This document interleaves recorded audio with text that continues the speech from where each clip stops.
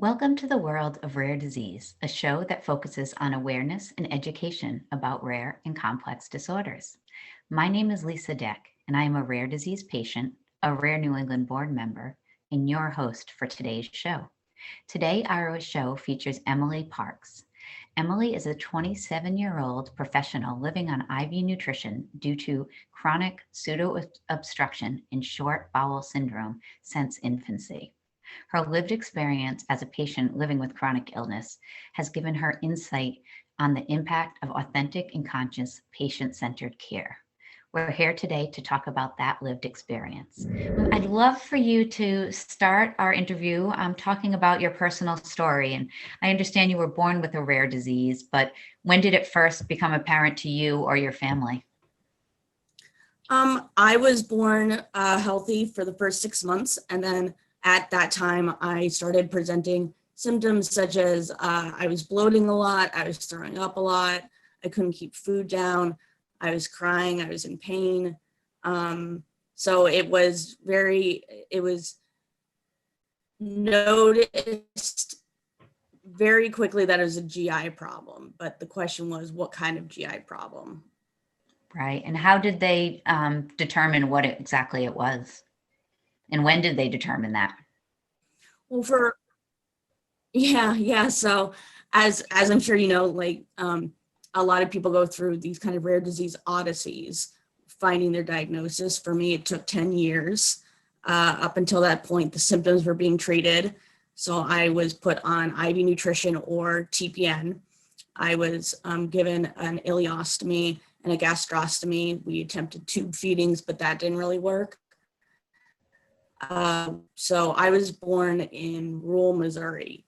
So my symptoms were being treated at the nearby hospital, but my dad toted me all across the country looking for second, third, fourth, 50th opinions. And when I was about 10 years old, I got a motility test where they put sensors all through your GI tract and see what the movement is. And that determined that I had myopathic intestinal pseudo-obstruction, or that's what the name of it was at the time. Right. Wow. So for 10 years, you lived with pain and trouble and not really an answer.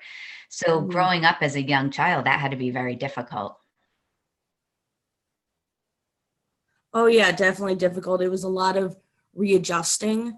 It was a lot of seeing how it wasn't a question of if I could do something, it was how I was going to do something, troubleshooting. To be perfectly honest, by the time I was 10 and I was given a diagnosis, I distinctly remember sitting in front of my bathroom mirror saying the words over and over and over again. Not much changed in my life. I mean, the treatment was, we did everything we could. So it was nice to have a name, but it didn't result in, okay, great, a treatment. Right. Right. Wow. Yeah. And I know that diagnostic odyssey, it is so common. And to hear you're going through it as a young child is always so sad to hear as well. So I'm glad you did find an answer. But I understand now you have grown up, finished college, and how does your disease affect you now? And can you tell us a little bit more about your intestinal transplant? Because that is the most recent thing that you have done for your disease. And I'd love to hear more about that because quite honestly, I had never heard of that prior to talking to you. So I'd love to know, how did that come about? What was that like? If you could just talk about that, please. Yeah, definitely. So this was my third transplant evaluation in my life. The first one was when I was 13. I think I had one when I was 3 as well, and I wasn't deemed sick enough for a transplant.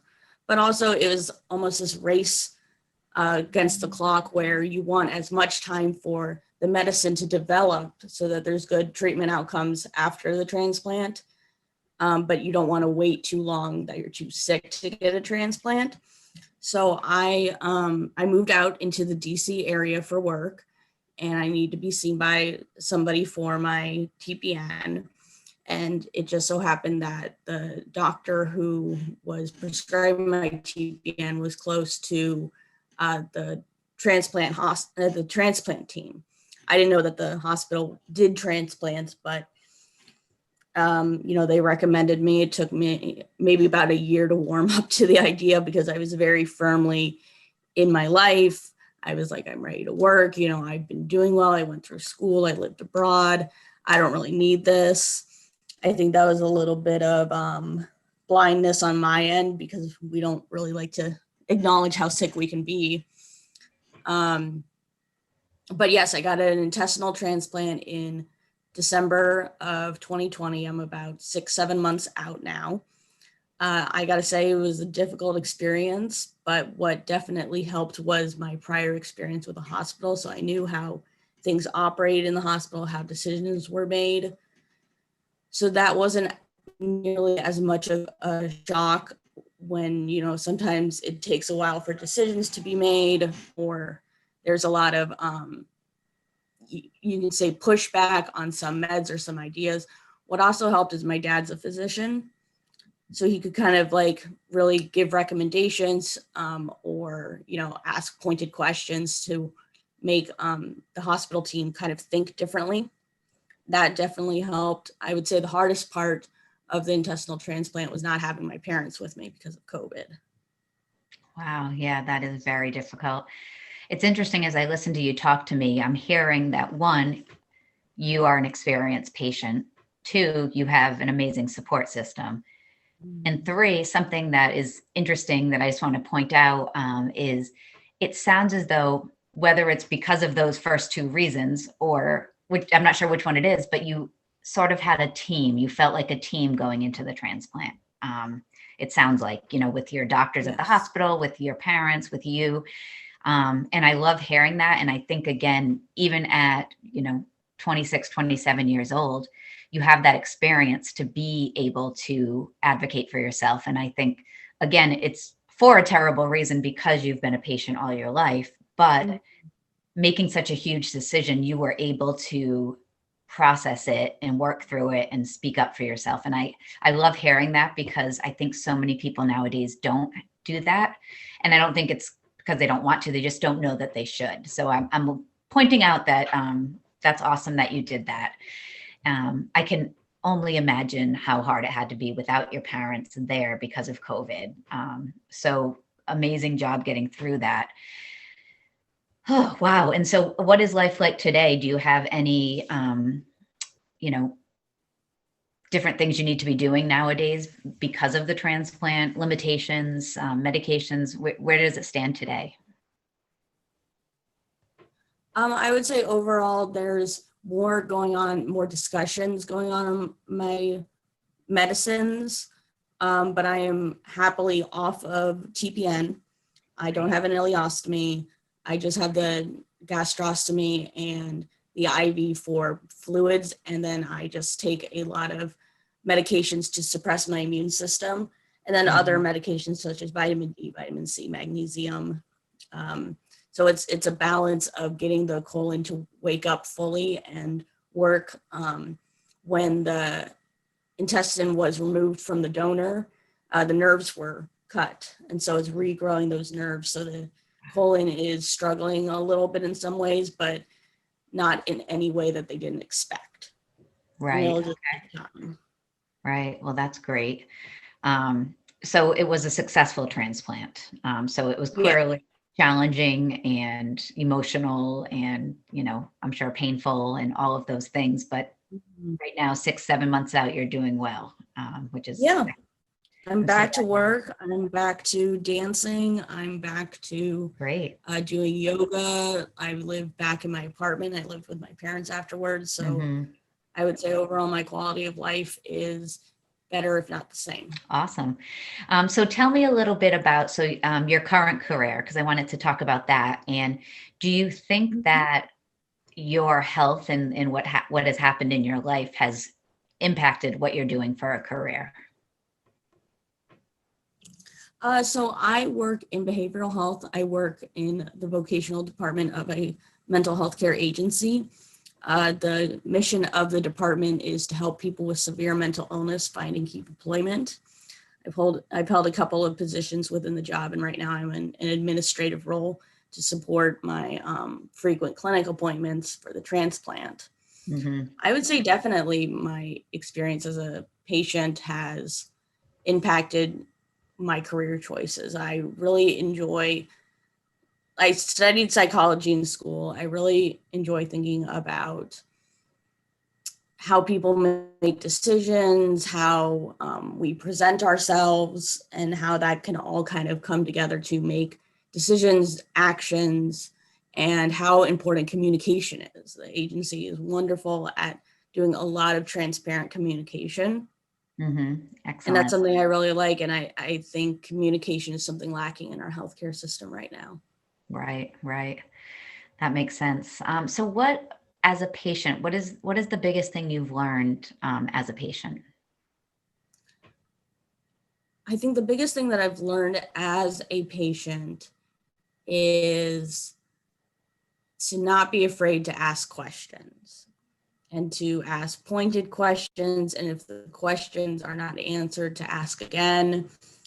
I don't want to say challenge doctors, but if what they're saying doesn't make sense, outlining what doesn't make sense to you. It could be that, this value doesn't make sense with what you're saying.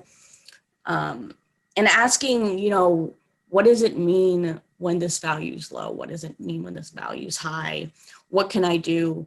Because it could be something like a medication, and I'm not saying at all that, just do yoga or eat healthy, but could there be an impact on that? Because there could be small changes that we can make if that's something that helps, but it may not. It may just be a medication Right, right. that needs to be So adjusted. remain curious, ask the questions, and you know, don't be afraid to ask those questions. That's your advice, and I think that's great advice because it's you who's the patient, so that is great for others Yeah. to hear. And another thing that's very talked about today is kind of the lived patient experience. And why do you think that's important in healthcare? And how do you use your lived experience to impact healthcare?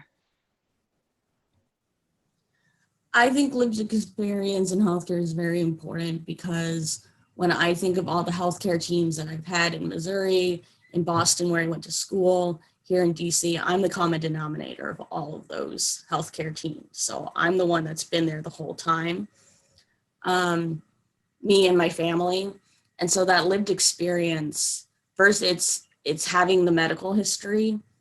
But second, it's knowing what works, knowing what doesn't work, because at the end of the day, I'm the one that's going to go home and have to do it. So if we have a good rapport and I'm validated for what I've been through and the lived experience I have, then we're forming a relationship. And a relationship goes both ways. So the doctor understanding where I come from and me understanding where the doctor comes from, because it's an agreement. And I'm the one that's going to go home and take the meds, Right, whether I agree with the doctor or not. right. So that rapport is important Hmm. because in the end, we do things for connections. I'm taking my meds because I know they suppress my immune system and that's good, but I'm taking them also because I like my doctor. She understands me and I don't want to let her down. Right, great. That's a great point. And to have that trust and that desire to do the right thing for her and vice versa is really an awesome doctor relation patient relationship. So I know you also, you do some speaking and you do some advocacy, and I just wanted to give you the opportunity to tell us a couple of the different things you're working on in your advocacy work right now, or your volunteer work, I Yeah. guess we can call it. Yeah. So I started with the Oli Foundation based out of Albany Medical Center. I work currently with the Every Life Foundation. I've done some work with Health Advocacy Summit. I'm in connection with a couple of other organizations that I've helped here and there. I've done speaking at Stanford University. I presented a poster at the Institute for Healthcare Improvement. Based on communication, which I think all kind of formed into my current project, which is an organization called POP. Excellent. Yeah, no, and I love that you kind of have done a lot of the little things, and that's what I like to do too. So you kind of find different roles where it works and kind of where your voice can be heard. And we're going to talk about POP in a different episode, but I would love for you just to tell us what that, the short version of what it stands for and what it's about. And then we can tease that for the next episode for people to listen to hear more. Okay, perfect. Yeah, so POP stands for pissed off patients, and it's not the pissed off like, oh, I'm angry and I'm out for vengeance. It's acknowledging, first, it's an organization that's centered around medical PTSD, medical gaslighting, and medical trauma. And the pissed off patients part comes from validating our own anger from healthcare, from medical trauma, and using that anger as a empowerment and a motivation to see change in partnership with providers. Awesome. I love that. And you've been going for a couple of months, I believe. And yeah, so I think we can put all that information, as we post this, how to find those groups, because I think that's really a nice outlet and a resource. That's the word I'm looking for. A nice resource for us. So thank you for sharing about that.